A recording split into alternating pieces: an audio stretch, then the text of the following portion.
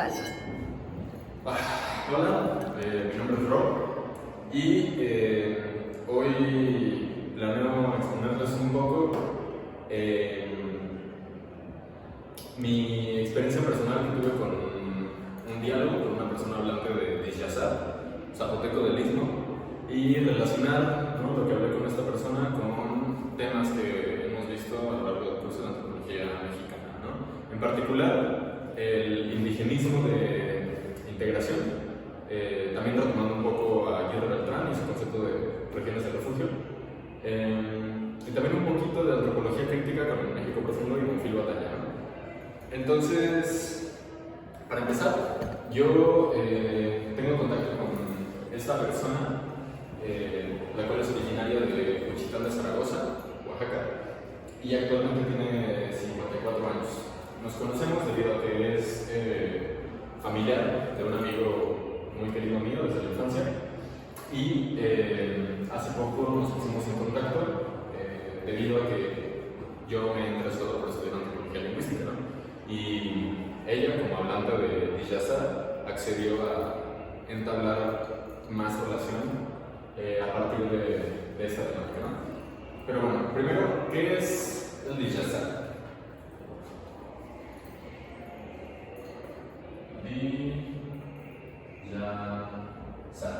El Dixazá es una lengua zapoteca, ¿no?, originaria de Oaxaca, de la familia romaniana,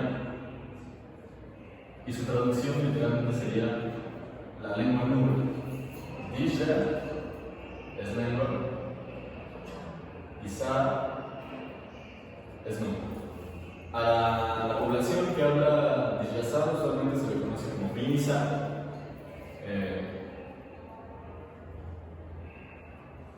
Binisa, que quiere decir gente nube o gente de las nubes, ¿no? Sama es nube y Bini es gente. Bueno, esto es pura teoría, ¿no? Porque ya al momento de hablar con esta persona, empecé a tener la adquisición de información muy importante, ¿no? Como por ejemplo, que realmente los hablantes hoy en día no se identifican como Binisa, ¿no?, sino como Bini con Dixazá, que es gente hablante de Dixazá, gente hablante de las nubes.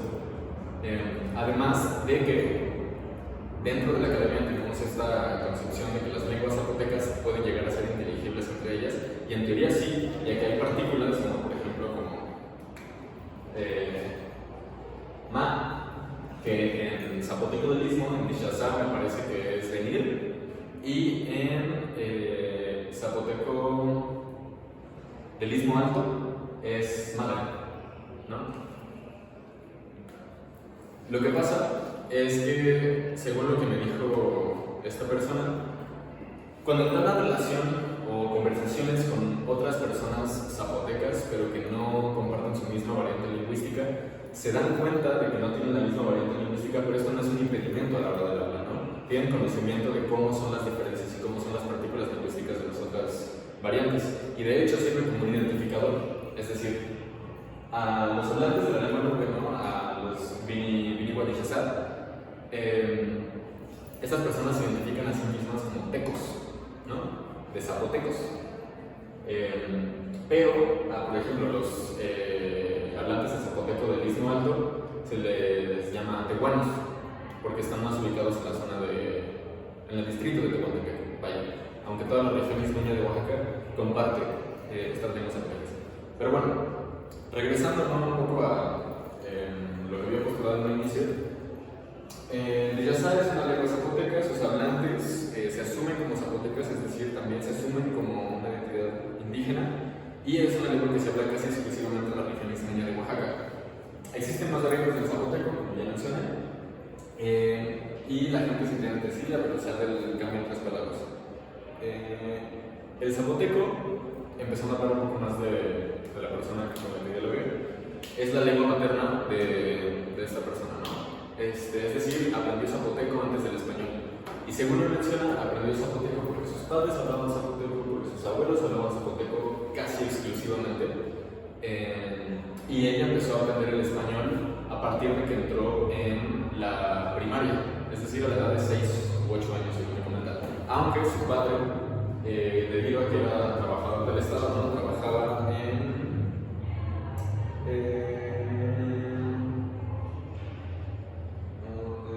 trabajaba en una institución pública de cultura, me parece.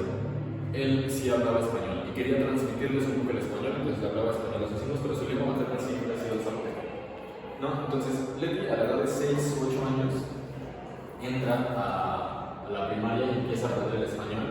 Y dice que para ella fue un proceso muy difícil. Uno, porque pues, a partir de que su lengua materna es el zapoteco, ella empieza a tener dificultades al hablar español porque lo mezcla mucho con el zapoteco, ¿no? Y porque también el zapoteco tiene muchas prestaciones lingüísticas del español, pero con una pronunciación muy distinta, ¿no? Por ejemplo, lo que nosotros en español decimos mesa, en zapoteco es mesa, ¿no? Pero también existen deformaciones del español, pronunciaciones del español que son mucho más complicadas, ¿no? Por ejemplo, cuchillo. El zapoteco no tiene una traducción literal para la palabra cuchillo, por lo que dicen cuchillo, ¿no? Entonces, para esta persona fue muy difícil empezar a aprender español debido a que el conocimiento que tenía de español antes de entrar a la escuela, principalmente a partir de estas prestaciones lingüísticas, que además presentan una deformación tonal propia del zapoteco.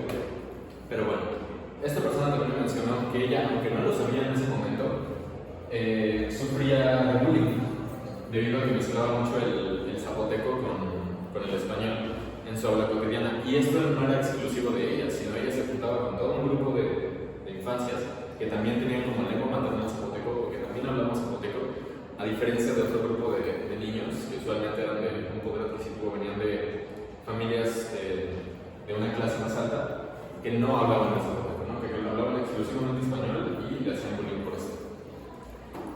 ¿Esto a qué nos recuerda? Pues debido, ¿no?, a que se trata de una enseñanza del español impuesta, que además tiene como un proceso violento, ¿no?, de desaprendizaje de las raíces lingüísticas, pues es completamente indigenista, ¿no? O sea, al final de cuentas, esta propuesta, ¿no?, de la educación, de la culturación a partir de la educación es completamente indigenista, es completamente del gobierno de principios del siglo XX en México, y lo podemos ocurrir claramente. ¿Por qué? Porque Leti nunca aprendió zapoteco en la escuela, nunca tuvo ningún refuerzo educativo sobre su lengua, ¿no? Fue exclusivamente en español, su enseñanza primaria y secundaria. Pero bueno, yendo un poquito más al futuro, Leti se casa a la edad de 30, me parece, 30 y tantos, y entonces empieza a mudarse constantemente debido a que su esposo trabaja en la marina, ¿no? Es almirante, me parece. Entonces, a partir de estos viajes es que Leti sale del Istmo, sale de Oaxaca, y ella me menciona que fuera de Oaxaca para ella era muy difícil hablar en zapoteco porque no tenía con quienes hablar. Me dijo que de hecho sí se encuentra un que otro paisano, se ha encontrado un que otro paisano fuera de Oaxaca, pero es muy común que si entienden el Dishazá no lo hablen, o que directamente no lo entiendan y no lo hablen.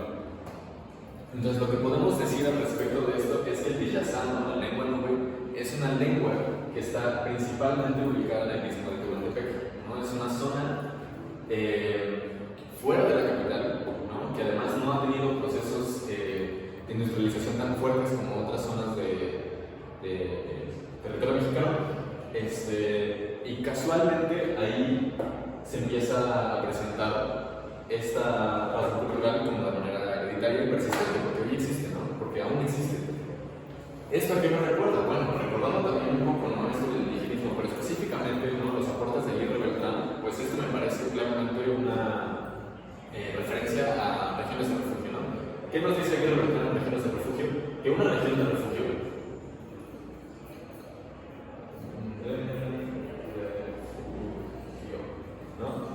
una región de refugio se caracteriza primero por estar en una zona periférica o marginada correspondiente a una ciudad central, ¿no? Una ciudad industrial central. Como en este caso puede ser la población Juchitán, Oaxaca. Oaxaca, capital, ¿no? Oaxaca es la capital de Oaxaca, ¿no? Y esta ciudad ha tenido un proceso de industrialización no tan fuerte, pero sí de un turismo exotizante, de un turismo cultural, un turismo etnográfico, si se quiere ver, muy fuerte. A diferencia de Juchitán, donde no se ha dado turismo en absoluto, ¿no? Que se ha mantenido completamente al margen de esto. Entonces, en primer lugar, podemos encontrar esta dicotomía Juchitán-Oaxaca, que también pues, es un poco, como describe Redfield, ¿no? Como folk urbano, ¿no? Que lo retoma Guerrero Beltrán, pero me sitúo más en la postura de Guerrero Beltrán. En segundo lugar, podemos decir que también es una región de refugio. ¿Por qué? Porque mantiene procesos culturales propios de la región, ligados al territorio, que son difícilmente cambiados, ¿no? Como es el Villazán, pero no solo el Villazán, ¿no? Una es la lengua. Leti también me comentaba que, por ejemplo, los rituales, las bodas, los bautizos, los funerales, todo sigue manteniendo la estructura o la ritualidad propia zapoteca, ¿no? Entonces, existen elementos lingüísticos, elementos culturales y también elementos políticos. ¿Por qué? Porque a pesar de que Juchitán no tiene un sistema de cargos propiamente establecido como muchas comunidades indígenas, lo que sí tiene es que la mayoría de los actos y las propuestas culturales, ¿no? Que intentan rescatar elementos propios de Juchitán, como es la lengua, ¿no? Como son los rituales, no son asociaciones estatales, son asociaciones civiles, ¿no? Es decir, es la propia gente la que se organiza para mantener y perpetuar sus características culturales. Entonces hablamos de que existe una resistencia lingüística, una resistencia cultural, pero también una resistencia política, ¿no? Es decir, la propia gente se está organizando a sí misma. Por estos dos rasgos principales yo podría describir que Juchitán es una región de refugio, bueno, al menos la región ismeña de Oaxaca principalmente es una región de refugio, aunque está sujeto a debate, ¿no? Pero bueno, siguiendo con esta exposición o algo así,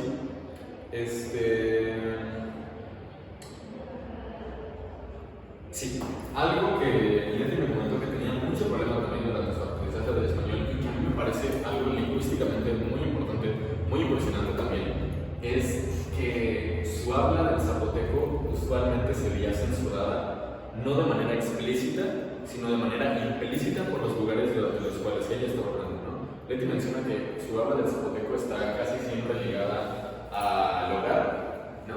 Al mercado, a sus vecinas que conocen que habla zapoteco y casi principalmente a eso, ¿no? Las instituciones, o bueno, los centros institucionales, ¿no? Como los centros de salud, ¿no? El ayuntamiento municipal, ¿qué más? Incluso los espacios laborales, ¿no? Lugares donde ha trabajado, son lugares donde ella no puede hablar zapoteco. No propiamente porque no se sienta del todo cómoda hablando zapoteco, sino porque ella menciona que existe una lógica como de censura, ¿cómo decirlo? Como censura callada, ¿no? De hablar zapoteco. ¿Por qué? Me mencionó dos rasgos principales. El primero es que mucha gente que no entiende lengua indígena cree que cuando hay personas que hablan una lengua que ellos no entienden, están hablando mal de esa persona.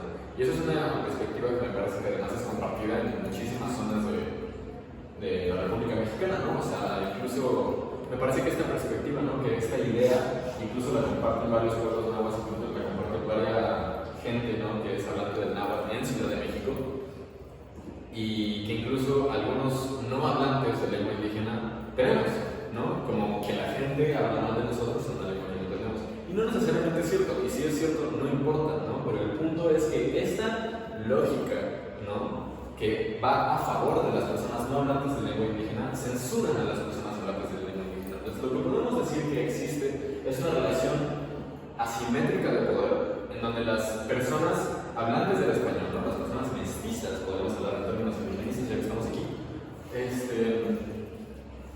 mantienen una lógica, una epistemología, incluso, que se impone sobre la ontología de las personas hablando de lengua indígena, ¿no? El segundo rasgo que ella menciona, y que a mí me parece lingüísticamente muy impresionante, es que el zapoteco, o al menos el Villazán, como ella lo menciona, no tiene partículas formales, ¿no? En lingüística existe lo que nosotros llamamos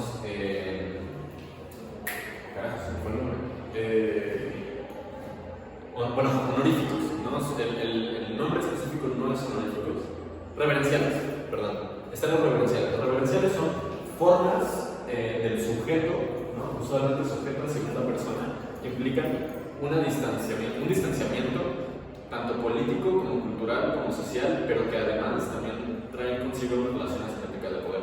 Es decir, los reverenciales son expresiones lingüísticas mediante las cuales uno da cuenta de que hay una estructura jerárquica, ¿no? En el español tenemos solo un reverencial. Tenemos el yo, que es el informal, y el usted, ¿no?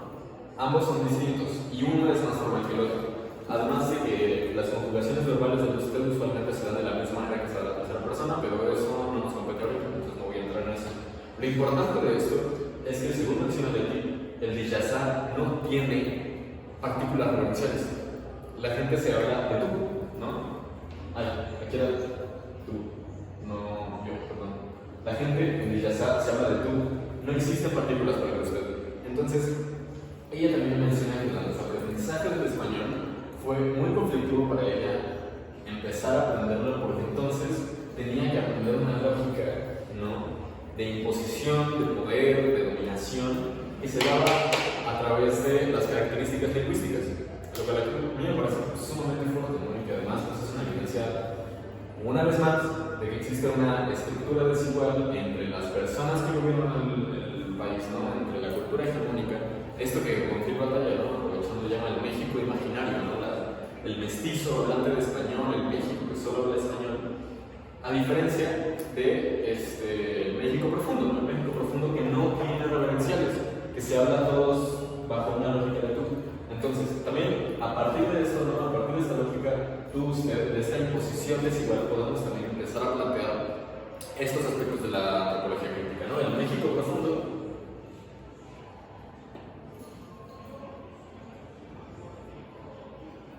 contra el México imaginario. Y entonces, el México profundo sería correspondiente al habla del tú, propia del Dijazá, tú, Dijazá. Y el México imaginario, ¿no?, que sí tiene estos referenciales, también sería, ¿no?, el usted, que es propio del español. Pero bueno, regresando a la vida de Leti, ella a partir de estos viajes, ¿no?, es que empieza a perder un poco el Dijazá, como ella menciona, justo porque no lo practica. Y también, después de que sale de Oaxaca, él tiene 2 hijos, ¿no?, los cuales son muy amigos míos. Pero bueno, estas 2 personas nunca aprendieron la lengua nube. ¿Por qué? Y es algo que le pregunté a él. Y me dijo que se les dificultaba mucho, que era muy difícil. Y a mí se me hace extraño pensar que, ¿por qué era difícil, no? Si su madre es una hablante nativa, ¿no?, es su lengua materna, además se las puedo enseñar en cualquier momento, pero al final de cuentas, tanto un hijo como otro, ¿no?, tanto sus 2 hijos estuvieron inmersos en una lógica, en una educación que tiene como principal base el español, ¿no? Y entonces el aprendizaje del zapoteco era un elemento secundario, ¿no? Es un elemento secundario, ¿no? El habla de lengua indígena es un elemento secundario entendiéndose desde el México imaginario, ¿no? Es algo así como lo que podemos decir como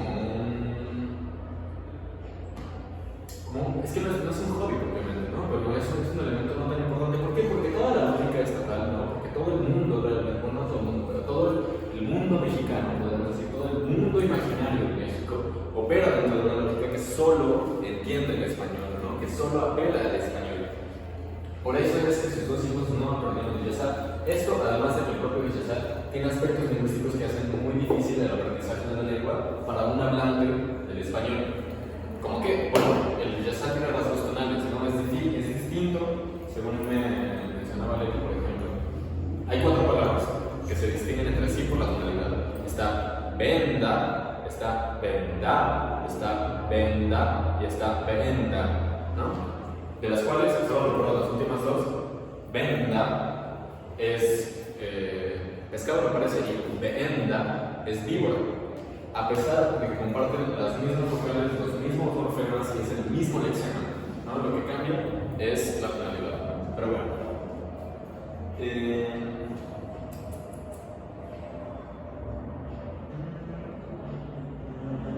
por último, hay mucho de qué hablar aún, pero para no extenderme mucho me gustaría quedarme, ¿no?, en esos aspectos, cerrando con un elemento que también apela a regiones de refugio, pero que también apela a un México profundo de útil batalla. ¿Y este cuál es? Leti menciona que su esposo era del centro de Juchitán, ¿no? Y él, aunque entendía el Villazar, no lo hablaba. De hecho, la única persona a la que le tiene enseñado el Villazar en el habla es a su esposo. ¿Por qué? Porque ella menciona que en el centro de Juchitán es muy característico que el Villazar se ha perdido.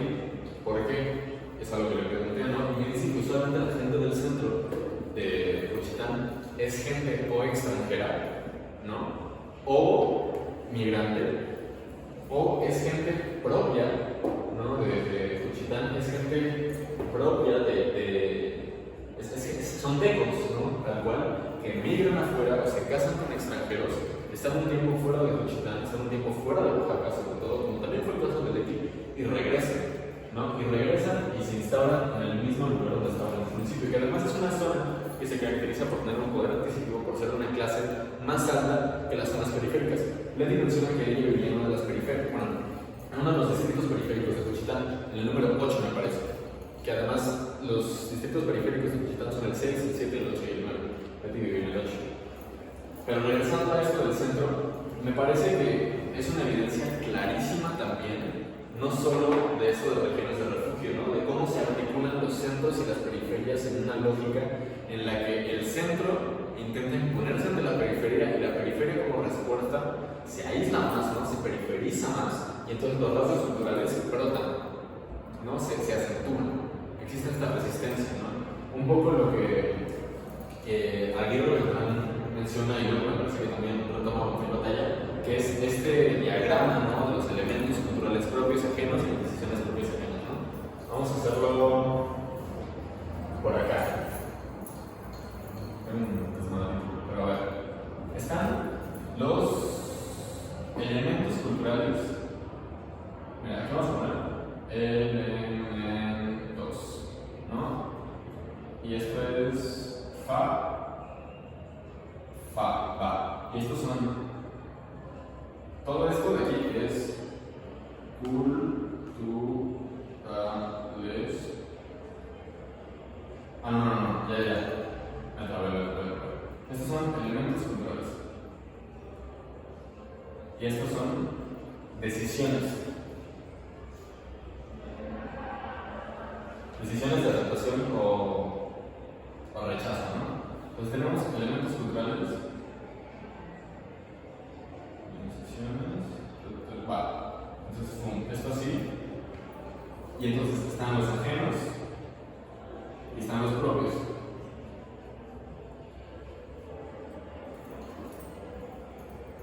Sí. Entonces, cuando un elemento cultural tiene. No, ya lo pegué. Bueno, voy a seguir mencionando este tema, ¿no? Pero cuando el punto es que se ve, ¿no? Cuando un elemento cultural es ajeno, pero hay una decisión propia, ¿no?, de utilizar este elemento cultural, se habla de una apropiación cultural, donde también entran en juego pues, relaciones de poder, ¿no?, relaciones étnicas y lo que sea. Pero bueno, el punto también, o sea, existen cuatro cosas, ¿no? Esos son elementos ajenos con decisiones propias. Cuando son elementos ajenos con decisiones ajenas, hablamos de una imposición cultural, ¿no? Esto que es básicamente aculturación, esto que es también etnocidio en algunos casos.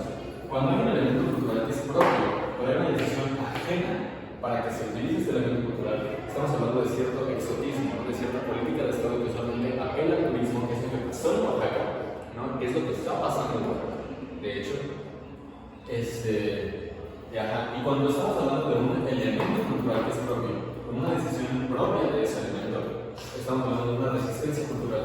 Usualmente, particular, sería en sí solo un elemento cultural, pero teniendo en cuenta de que existe toda una lógica que está opresionando, ¿no?, y que está intentando mitigar, erradicar estas características étnicas culturales, es una resistencia cultural, propiamente. Entonces, podemos decir, a partir de este diagrama que tenemos en todo el video, pero espero se me hayan entendido en esa que el habla del Dishazar es una resistencia cultural. Es una resistencia cultural frente a qué? Frente a estos elementos, ¿no? Frente a una lógica estatal que solo opera bajo el español, frente a una lógica occidental que solo conceptualiza los rituales a partir de la Iglesia y el Estado, ¿no? El matrimonio, la defunción, etc. Y a partir de una estructura política que creo que me parece además sumamente importante junto con la lengua porque están estrictamente relacionadas, que esta estructura política, nuevamente hablando en México imaginario, solo entiende los cargos en un sistema jerárquico que además es avalado por el Estado. Es decir, presidentes municipales, ¿no? Fuerzas del Estado, policía municipal, etcétera, etcétera, etcétera. Y todo lo que queda en este marco, ¿no? En estos tres marcos que se encuentran dentro del mismo profundo, ¿no? Es decir, lenguas indígenas, rituales indígenas y estructuras políticas que también son indígenas, no son avaladas por el Estado. Y entonces se presentan como una resistencia cultural frente a lo que Bonfil Batalla pone como el México imaginario, ¿no? Que es esta estructura, ¿no? Que es este México que se quiere comer, ¿no? Al México profundo, o lo que también Aguirre Beltrán profundiza en términos, me parece, mucho más menos radicales, ¿no? Menos críticos, que son las regiones del refugio, que es esta relación entre las zonas que están en resistencia y las zonas que están imponiendo cierta forma que usualmente, ¿no? Es occidental, que es judio-cristiana, etcétera, etcétera, frente a zonas de resistencia. Y me parece que eso sería todo. Quise profundizar un poco en la vida de la persona hablante, pero debido a que no quería explorar mucho sobre su intimidad, sino más bien sobre los ejes argumentativos y los ejes teóricos mediante los cuales analicé la información que me dio, pues me centré en eso. Muchas gracias.